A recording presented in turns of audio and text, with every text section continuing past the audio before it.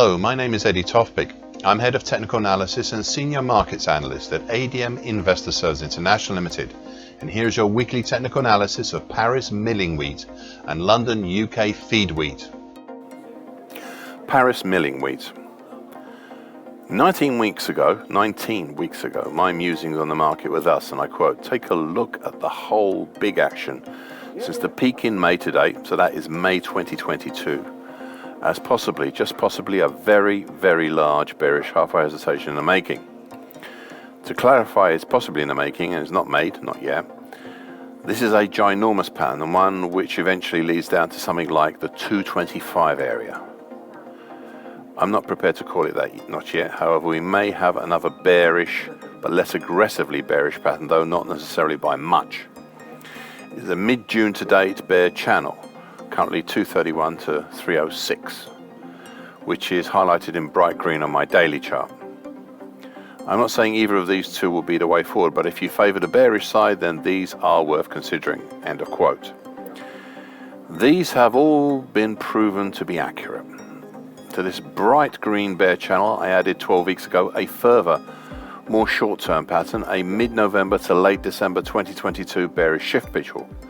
And this also worked well in showing the bearish angle of attack for a while, but it got very ragged and I retired it.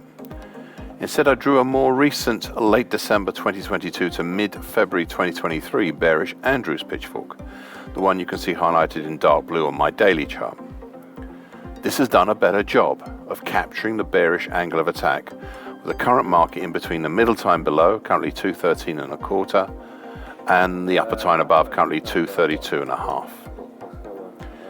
Looking at the recent action, you can see the market had previously gotten bogged down in stratified zones of what are now resistances between 258 to 260, 252 to 255, at 250, between 245 to 247 and 238 to 242.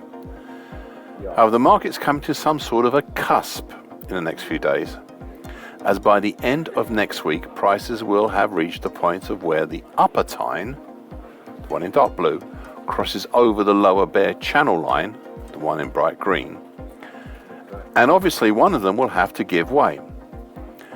As I said 6 weeks ago, and I quote, "If there were to be an attempt lower in the near future, then that crossover period would likely be the worst time to do it unless the bearish pressure was stacked high. Far better to wait till they separate their individual ways and thus their power individually is less than their current combined support." End of quote. It is not a done deal on which will give way, but at the moment the pressure for the lower bear channel line is possibly stronger, though we have some pretty heavy duty supports below that will also need addressing. Of these, I'd first like to look at the 50% absolute Fibonacci line. That's below at 218.75. I've highlighted the support in purple to aid in seeing it in relation to the current market. We also have emerging from below a very shallow March 2020 to date uptrend, currently 208 even. I've highlighted this uptrend in bright red.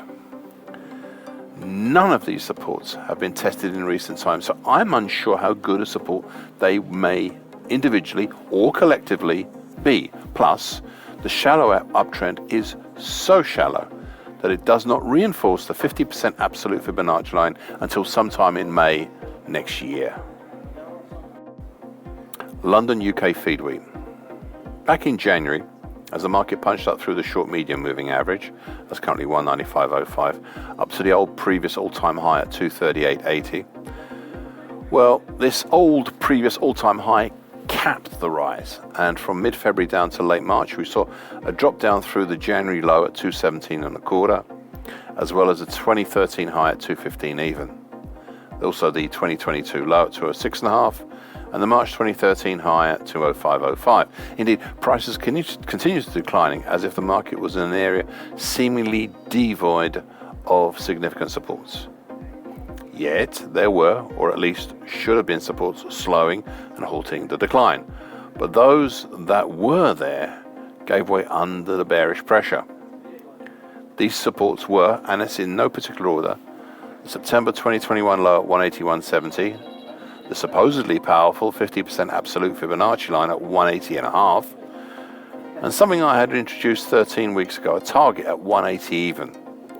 You see, I'd asked the following question back late last year, and I quote, "What if the action since mid-May to date is a huge, bearish, halfway hesitation, a really, really big one? In that case, we would be looking at potential down in the 180 even area." Yes, 180 even. I'm not as yet advocating this as a pattern, but it might turn out to be so. It will depend on how the market treats the congestion below. And last week, well, it was finally achieved. Now, 6 weeks ago, I also pointed out, and I quote, "What is interesting about Target X is that it is right by the previously mentioned 50% absolute Fibonacci line at 180.5. Perhaps these, however distant they may have seemed at the time, the influence of these two caused a halt and a move back up. And the action also allowed me to draw a new bearish Andrews pitchfork for the very late October 2022 to February 2023 move. Initially, I was not wholly wedded to this pitchfork, as neither the upper tine, currently 185.45, nor the lower tine, currently 150 3/4, had been tested. However, in the absence of anything else, I was minded to watch this pitchfork, and so far it's been pretty good at indicating the bearish angle of attack, and that's the end of the quote. This pitchfork has continued to be excellent at showing the bearish angle of attack of the market, especially between the upper and middle tines. This leads me to my final point about the bearish pressure, and this is last week's weekly key reversal down. Here, unlike some of the other weak markets, we have seen a pretty good immediate follow-on lower to last week's weekly key reversal down, such that the middle tine is being tested once more, and we are now approaching potentially some significant supports below. This support below is not the July 2021 low at 164 even, though I would perhaps add that this low may have been influenced by this support. It's actually the congestion area formed over March to April 2019 between 161.95 and 165.75. I am not sure how the market will treat this congestion, given how it took 2 and a bit weeks to punch down through the 50% absolute Fibonacci line, but it is the next support zone below. It is definitely there, hence it should be respected. But as technical analysts often say, the trend is your friend, and so far this bearish Andrews pitchfork has been great at showing the trend. Thank you for listening. This weekly broadcast gives the essential market patterns and consequences. Please be aware of the risk disclaimer posted both at the front and the back of this broadcast. Copyright is Eddie Tofpik and ADM Investor Services International Limited. And here comes the final important bit.